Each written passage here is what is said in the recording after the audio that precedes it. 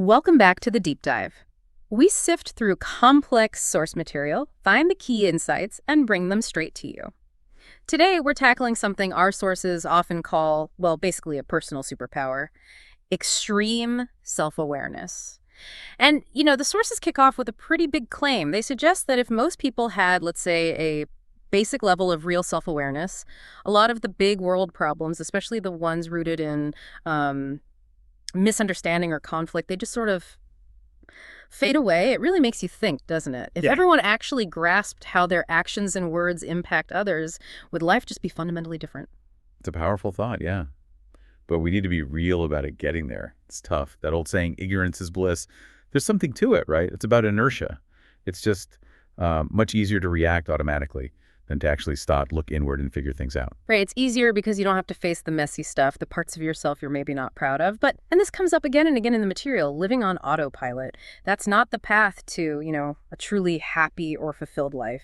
Exactly. So our mission today for you listening is really practical. We want to map this out. First, we absolutely need to nail down the difference between genuine self-awareness and its, let's call it toxic cousin, self-consciousness.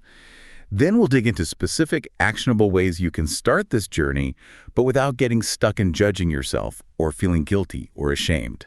Okay, let's lay that groundwork. We hear self-awareness essay all the time. What are we really talking about here? At its core, self-awareness is really about recognizing and, crucially, understanding your inner world, your motives, your thoughts, your feelings, how you tend to behave. It's about deep introspection, but importantly, without judging what you find. One source had this great analogy I like. Imagine driving your car for years, just using it, right? Point A to B. Self-awareness is deciding to finally, pop the hood, look inside, see what actually makes it run. The good bits, the rusty bits, the parts that maybe aren't working so well. It means getting a clear picture of your personality, strengths, weaknesses, even understanding how your past, maybe old traumas, how you related to your parents, how that shapes the operating system you're running on now.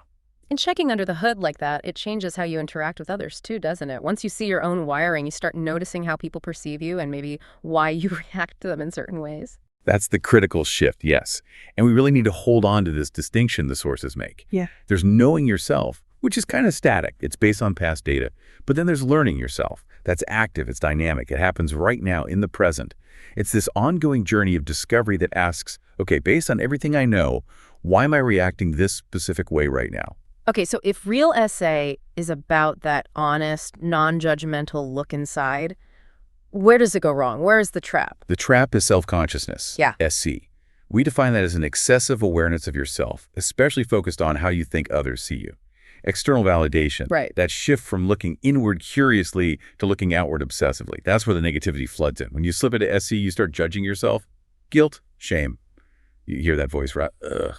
I should know better. Damn it, I thought I was past this. What's wrong with me? Yeah, and being that preoccupied with how others see you must be absolutely exhausting.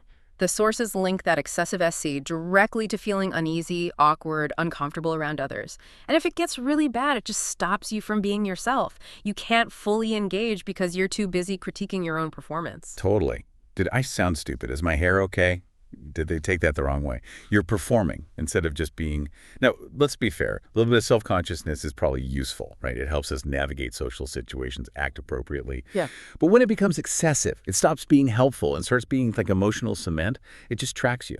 Okay, so we see the trap, but what's the reward for avoiding it? If we lean into genuine essay, why is that whole difficult journey actually worth it? Oh, the benefits are very tangible. They show up in your decisions, your relationships, even your stress levels. A huge one is just making better decisions.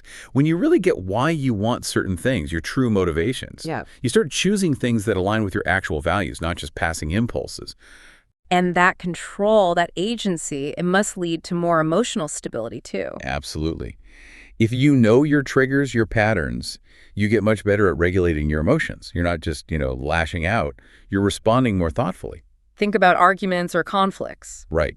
With low SA, you just see the other person as the problem. But with high SA, you immediately see your part in it. How maybe your tone or something you did earlier or even just being stressed yourself contributed. And that makes relationships so much more fulfilling because you understand which of your own buttons need adjusting. So fundamentally, self-awareness is like the ultimate tool for managing yourself. It tells you what needs work, what bad habits to ditch, and which strengths you should really focus on and amplify. Exactly right. It's the blueprint. Yeah. Okay, so how do we actually do this? How do we build this capacity for looking inward? We need practices, active things that help us cultivate that clear internal mirror the sources talk about. Let's start with the big one everyone mentions, but maybe doesn't use quite right. Journaling. Yet journaling isn't just a diary like, here's what happened today. It's about getting your internal world, thoughts, feelings, all that confusing stuff out onto paper, externalizing it so you can see it clearly. And there's a reason this works, biologically almost. Your conscious mind, the bit you feel is you thinking. That's maybe only 5% of what's going on upstairs. The other 95%, that's the subconscious, the programming, the automatic stuff. If you only try to sort your life out using that tiny 5% conscious bit, you're going to keep hitting walls. It's just not enough processing power. That clicks. It's like trying to do, I don't know, 374 plus 17,614 entirely in your head. You just can't hold all the pieces. Exactly. You need to write it down. And your internal life is way more complex than a math problem. So the sources really push past just dumping thoughts. They talk about analytical reflection. You write down the confusion, the feeling, whatever it is, and then you immediately start asking why. Why did that comment make me feel physically tense? Why do I keep repeating this mistake even though I know it ends badly? So it moves journaling from just recording things to actually investigating them, like a science experiment on yourself. It really is. You become the scientist observing your own mind, trying to bring that hidden 95% into the light where you can look at it. Okay, tool number 2, meditation. I know a lot of people, myself included sometimes, get stuck because they think the goal is a totally empty mind. That's the #1 myth. And there's a great quote from a monk in the source material about this. He says, meditation is not about having no thoughts. It's about watching your thoughts, learning what your mind normally does. Think about it. If you sit down to meditate and your mind is just chaotic, racing, anxious, well, that's a guarantee it's like that all day long. That stress, that restlessness you feel when you sit still, that is your normal state. The struggle isn't caused by meditating, it's revealed by it. You're finally facing the baseline noise you usually drown out by being busy. Wow, okay. That reframes it completely. It's not about wrestling your brain into submission, it's about gathering intel on it. Becoming, like the source said, the Indiana Jones, exploring your own mind. Exactly. And the third tool builds right on that intel. Paying close attention to the link between your thoughts and feelings. We often feel the emotion first, like a wave hitting us, but there's almost always a thought that came just before it. So in the moment, if I feel this sudden rush defensiveness maybe, or sadness, how do I trace it back effectively? It happens so fast. Yeah, it does. This is where cognitive behavioral therapy, CBT, principles are super helpful. When a strong emotion hits, the simple question is, what was I just thinking? Just before the feeling. It forces you to pause and spot the judgment, the assumption, the interpretation that kicked off the feeling. And the sources talk about being emotionally triggered not as some kind of failure, but almost like a weird gift. They do, yeah. Because that trigger point, it shows you exactly where you're not free, where you have unresolved stuff. If you keep finding yourself wanting the world or other people to change so you don't feel bad, you've got it backward. The change has to start inside. If you say explode because your partner is 5 minutes late, you need to ask, okay, hold on. Why did that trigger such a huge reaction? What was the thought right before the anger? The trigger flags the exact spot needing work. And this curiosity applies to physical feelings too. Don't just ignore being tired or sluggish. Ask why. Start noticing patterns. I feel awful after eating sugary stuff. Or, wow, 8 hours of sleep makes me feel incredible. SA helps you find the levers for your own well-being. Which leads us to the last tool, and this feels like the deepest level, challenging our core beliefs. This seems tough because beliefs often feel like, well, like us, like our identity. They really do. Your core beliefs are this mix, right? Culture, your own experiences, maybe traumas, what society tells you. They give structure, but man, they can also be incredibly limiting. The real deep work of self-awareness involves finding these core beliefs and asking, wait, do I actually choose this belief? Or was it just installed in me? Why is it so difficult, though? Even if a belief makes us unhappy, why do we cling to it? Safety, predictability. If I believe, say, relationships always end in pain, I might be lonely, but I feel safe from that potential pain because I avoid deep connection. The discomfort of change often feels scarier than the familiar discomfort of being stuck. Real SA asks you to trade that predictable safety for authentic freedom. So there were three key questions for interrogating any belief. First, where did I learn this? Second, is this really my belief or was it programmed into me? And third, the big one. From this moment on, what do I choose to believe? Okay, let's use that detailed example from the source, Yeah. the belief that money is the root of all evil. How does that process work? Right, so you identify that belief. First question, where did I learn this? Maybe from childhood, religious texts, maybe a parent who struggled financially, maybe just cultural messages equating wealth with being bad. Second question, was it programmed? Yeah, probably. Then comes the crucial step 3. What do I choose to believe now? If you hold on to money is evil, you'll likely unconsciously sabotage any chance of financial success.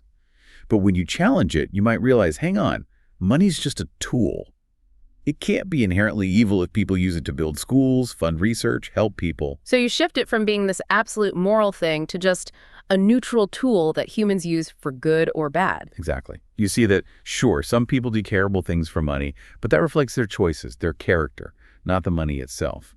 You can choose to believe money can be a force for good, and you consciously decide to let go of that old programming that was keeping you perhaps safe, but also limited.